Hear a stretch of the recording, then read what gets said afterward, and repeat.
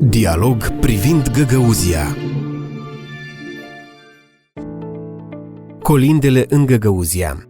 Colindele sunt tezaurul în care se adună tradițiile unui popor, iar găgăuzii respectă cu o deosebită stimă obiceiurile legate de sărbătorile de iarnă. Pe 7 ianuarie, atunci când se sărbătorește Crăciunul pe stil vechi, găgăuzii merg să colinde preluând frumoasele tradiții atât de la moldoveni cât și de la bulgarii din Balcani. În colindele găgăuzilor deseori este folosit cuvântul berechet, ceea ce înseamnă roadă și fertilitate. Cetele de colindători sunt conduse de așa numitul țar, care de obicei este un bărbat respectat de toți. Când ceata ajunge la o casă, colindătorii cer permisiunea de a colinda. Ca mulțumire, gospodarul le oferă tradițional pâine și vin. Există și un alt tip de colinde, cele bisericești, care vestesc nașterea Domnului și un nou început. Găgăuzii colindă și de Revelion. De dimineață, copiii pornesc prin sat, după care vin adolescenții, iar adulții încheie ziua. O tradiție mai puțin întâlnită astăzi este trecerea prin zăpadă cu plugul, un ritual preluat de la moldoveni. Acest obicei poartă un caracter agrar și simbolizează belșug și roadă bogată în anul care vine.